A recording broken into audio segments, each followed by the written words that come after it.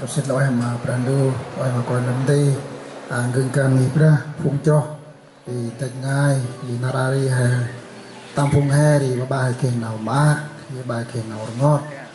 rồi prandu hè ai chim tròn hè áp nơ hè phải trải qua hết thì vậy prandu ngân ông cực mà tận đang đông mà nặc xa còn pri để đã mà kích đông tầm nào đi chiên tầm tua rồi nào hết bơi khả năng một từ nông đăng kể cả ba khoa đông cực bơi đã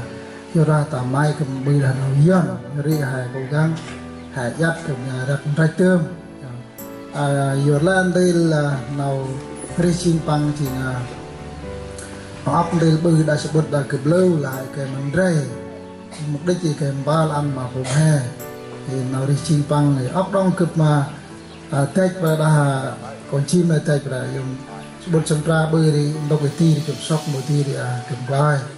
giờ ra hen là thì hai cái đông là đi đến gọi prian mà hen bơi khả năng một từ rất đông giờ là thì tóm tắt thì tu hen kích thì ai brand du thì cái nào gọi pri cái nào trong quan du sam gọi pri cái nào nông tu tâm mà bài học cần áp nằm hay đông này mà đưa từ cam bằng thì khả năng cực là môn á cực nhân máy đông bài bà cam bài con na khế đông cam đầm quanh bà khế đông cực thần rất cụ đặc lắc đông xin kính chào quý mục sư ban chấp sự con cái Chúa anh chị em cô bác xa gần có mặt trong ngày hôm nay. Tôi xin được phép thay lời cho gia đình tóm tắt về cuộc đời của ba chúng tôi. Tôi tạm chia có 4 giai đoạn như sau. Giai đoạn thứ nhất, thời kỳ sinh ra và lớn lên. Giai đoạn thứ hai là lập gia đình và tiếp nhận Chúa. Giai đoạn thứ ba,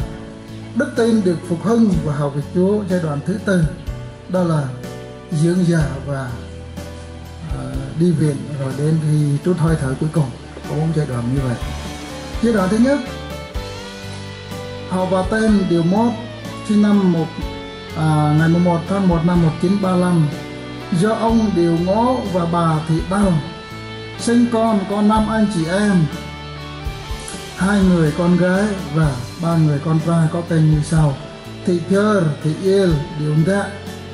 Điều Mót, Điều Grai. Mọi người đều lần lượt qua đời, giờ chỉ còn bác trai Điều Đạ tại Bon sinh ra tại Bon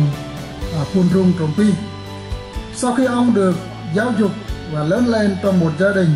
thì ông được trưởng thành. Giai đoạn 2, lập gia đình và tiếp nhận Chúa. Năm 1962, ba cưới mẹ tên Thị Piốt làm vợ chúng tôi được lần lượt sinh ra trong gia đình có 8 anh chị em, 3 người con gái và 5 người con trai có tên như sau. Thứ nhất là Thị Tôn, Điều Khôn, Thị Thai, Điều Xem, Thị Tem, Điều Nhiêm, Điều Bem, Điều Nem. Bà có 5 cô con dâu là Thị Lam, Thị Bác, Thị Tư, Pa Phan Tinh, Thị Rêu và 4 con rể Điều Brown, Điều Brick, Điều Dơi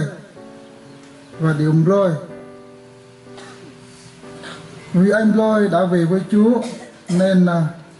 thì chúng ta biết rồi. Bà có 43 người cháu nội ngoại, chắc có 24 người, sống trên 3 quốc gia Việt Nam, Campuchia và Hoa Kỳ. Tổng số nhân khẩu trong một đại gia đình từ ông bà nội ngoại đến chắc gồm có 87 thành viên. Đã về với Chúa 10 người, còn lại 77 người. Đến ngày 25 tháng 8 năm 1963, ba cùng gia đình tiếp nhận Chúa Giêsu Christ làm cứu Chúa của đời sống mình. Đến ngày 30 tháng 8 năm 1963, ba và mẹ nhận thánh lễ báp têm. Từ đó, gia đình chúng tôi sống trong gia đình Cơ Đốc, nghĩa là ở trong ân điển của cứu Chúa Giêsu Christ. Nhưng không ít những khó khăn, thử thách đến.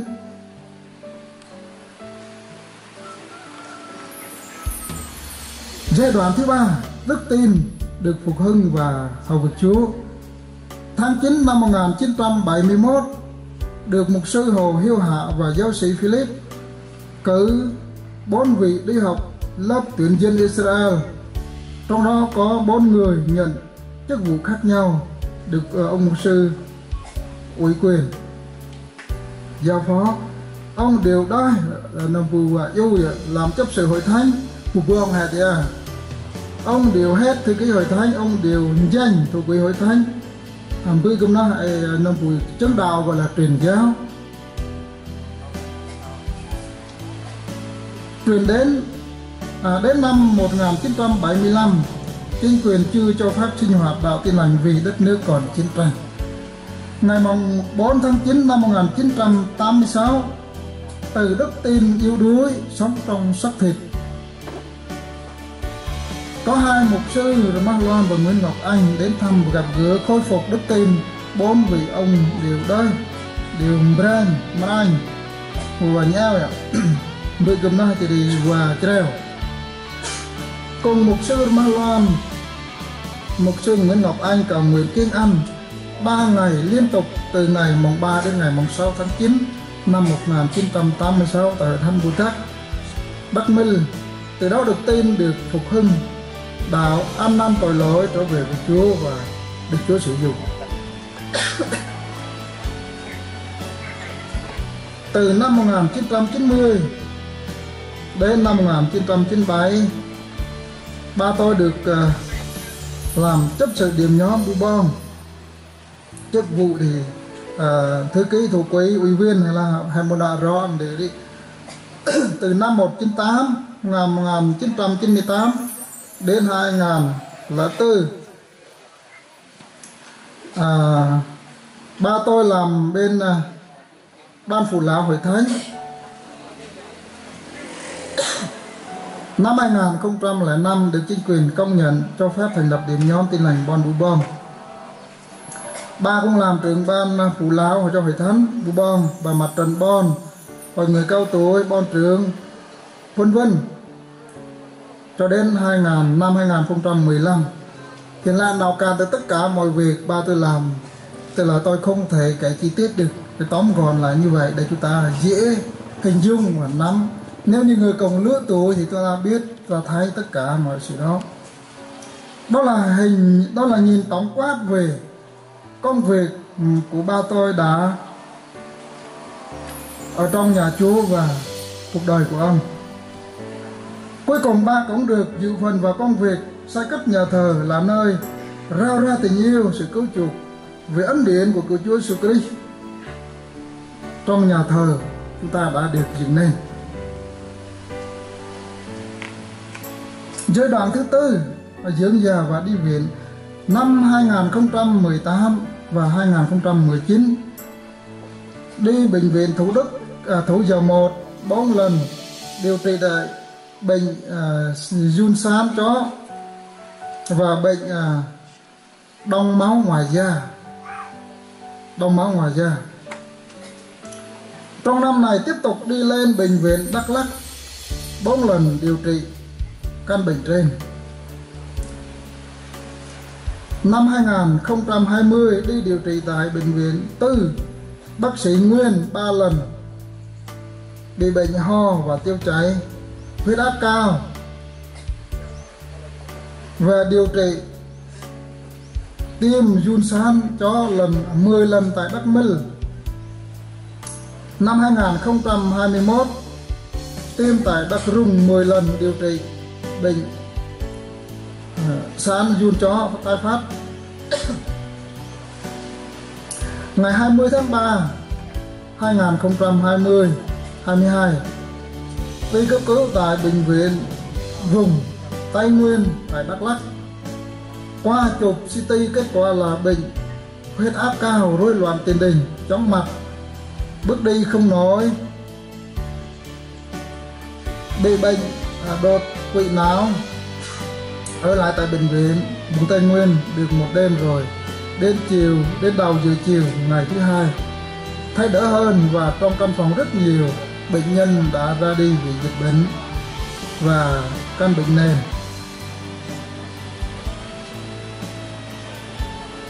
Nên ba và anh rể xin xuất viện về đến nhà lúc 18 giờ đúng ngày 24 tháng 3 2022. Sau một đêm thì anh nhem lên thăm ba thấy đỡ.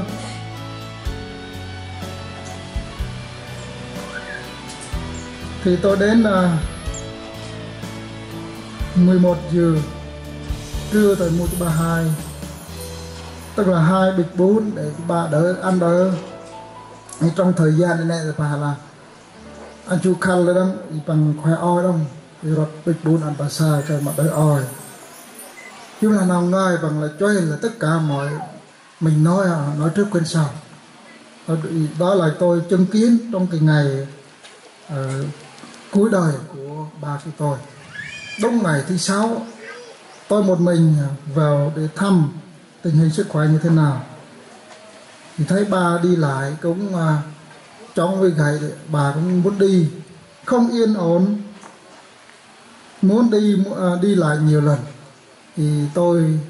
bằng lòng phải dìu qua lại.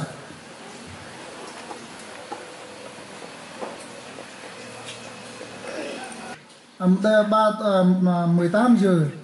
trong ngày 24 đó, 6 giờ chập tối tôi về đến trong quảng trực. Đến 20 giờ ban chấp sự cùng ban chứng đạo hội thánh cầu nguyện cho ba. Thì sau việc đó ba lại tái phát trở nặng. Gia đình chỉ biết cầu nguyện này xin phó thác ba trong tay Chúa. Sau một đêm bệnh tình càng trở nặng, vượt lộn với căn bệnh từ 20 giờ ngày thứ 6 đến 15 giờ 30. Hôm sau ngày thứ 7 ba đã trút hơi thở cuối cùng mà đi trở về cùng cha.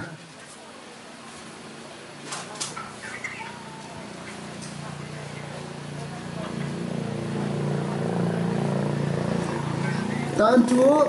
và cảm ơn ba má đã nuôi nấng chúng tôi trong tình yêu thương của cứu Chúa Jesus Christ, được hưởng ơn cứu chuộc của Ngài cho đến nay. Bao nhiêu khó khăn thử thách đến nhưng ba má chúng tôi vẫn trung tín đặt đức tin nơi cứu Chúa Jesus Christ làm cứu Chúa của mình suốt 59 năm qua. 59 năm qua, nguyện Chúa Thánh Linh dẫn đưa linh hồn ba tôi về nơi an nghỉ đời đời của Ngài. Xin quý mục sư cùng hết thảy quý con cái Chúa nhớ đến chúng tôi trong sự cầu nguyện, muốn thật hết lòng trân trọng kính chào.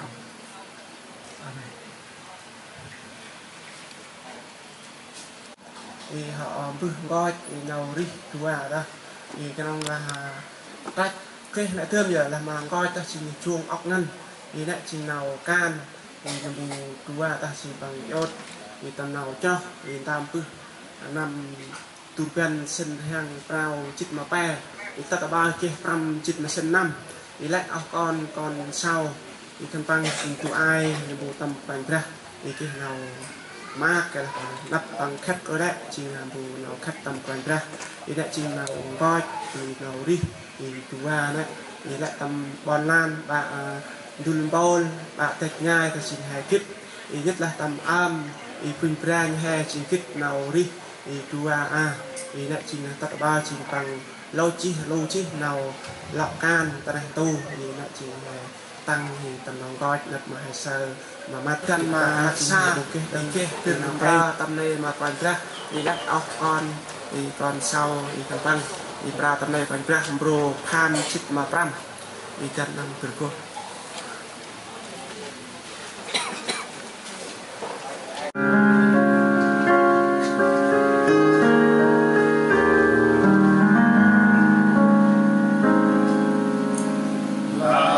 subscribe cho kênh Ghiền Mì Gõ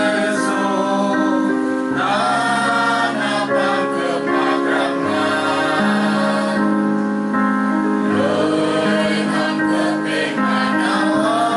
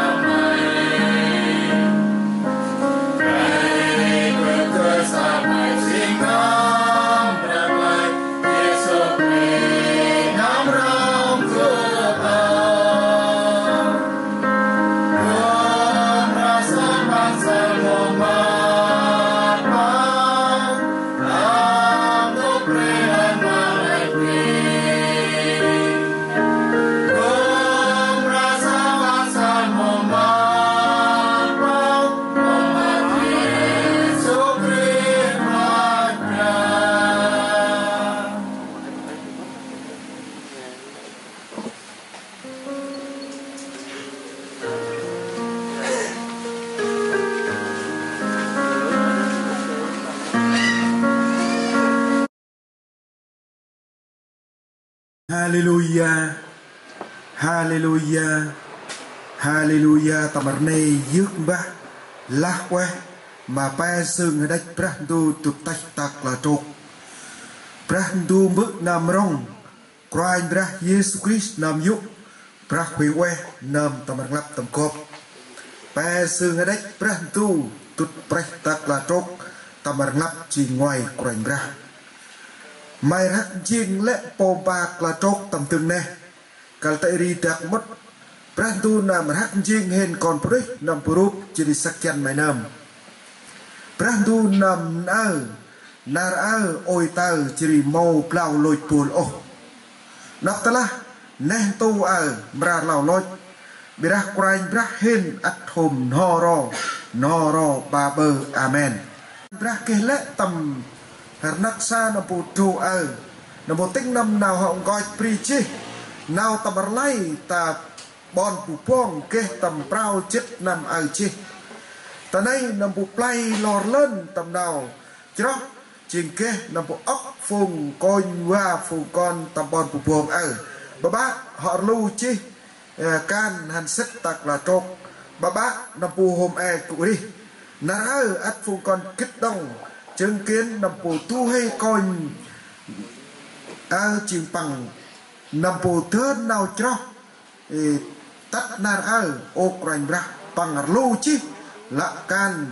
rất mà bon quét mày tạc là trục mỡ tạc là trục ơi phụ còn kít nào màu tươi cái nào buồn dung ô mà phụ con mà nào tầm khác tầm lạ ô quanh ra trô con bằng lô chi lọ can bác tầm mon con sau con băn con clay sau xe băng hôm nay cú đi chỉ mỡ tạc là trục ơi phụ con ta là cú bự thi phong con ke nào ngót tút 5 ngàn ô bự rèn tu bira phong con pon dung mà nào mày ngơi lê gối nè tu chừng cả đồng cũ như bật lật bira bon rèn tu chừng tóc hình cũ nò ro bà bơ ô rèn ra là trộn mày ăn chi trô coi chừng che mà đặc xa chừng bự mà đặc xa chừng nằm bộ coi mà đặc xa ô rèn ra ơi ở đây bữa năm tạc là trục mày quét mắt mày quỳnh mày prap băng tầm bon quét tạc là trục chỉ pi phu mày cú đi pi mà nào ngọt lằn ngăn bữa tạc là trục ơi mày ăn prap quê mày tạc là trục chur mày chinh prap mà nào pon dung ở đây mày te cụn theo mày te pon dung mà lẽ ngồi phụng cho mày còn prap mau bữa sam tan quanh ra sam cấp cao ăn khăn băng